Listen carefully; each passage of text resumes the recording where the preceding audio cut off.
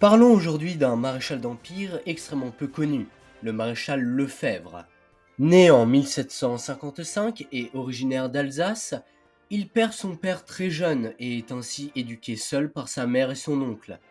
Puis il se tourne très rapidement vers la carrière militaire qui l'intéresse, en intégrant le régiment des gardes.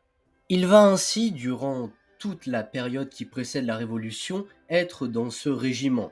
Puis, lorsque la Révolution éclate, il est certes favorable à la Révolution, il intègre quelques émeutes, mais il reste fidèle à la monarchie constitutionnelle et à la famille royale. Il facilite l'émigration de ses officiers, également des tantes du roi Louis XVI, et essaye tant bien que mal de protéger la famille royale durant ces périodes de troubles.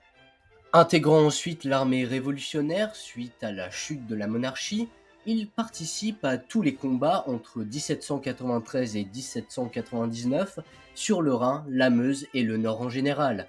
Il y gagne ses galons de général et est remarqué pour nombre de ses exploits martiaux, notamment pour le passage du Rhin.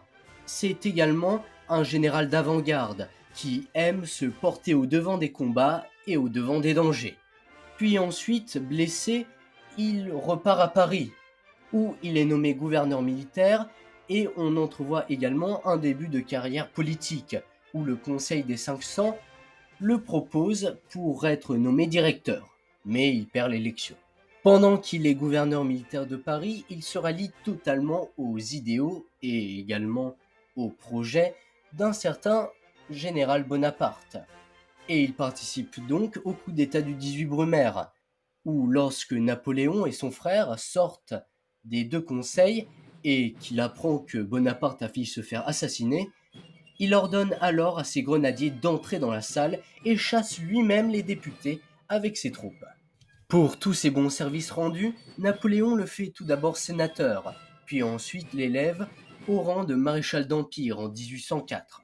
Même si Napoléon l'apprécie beaucoup, il n'apprécie pas beaucoup par contre sa femme, qui n'a aucune manière et qui irrite grandement la cour.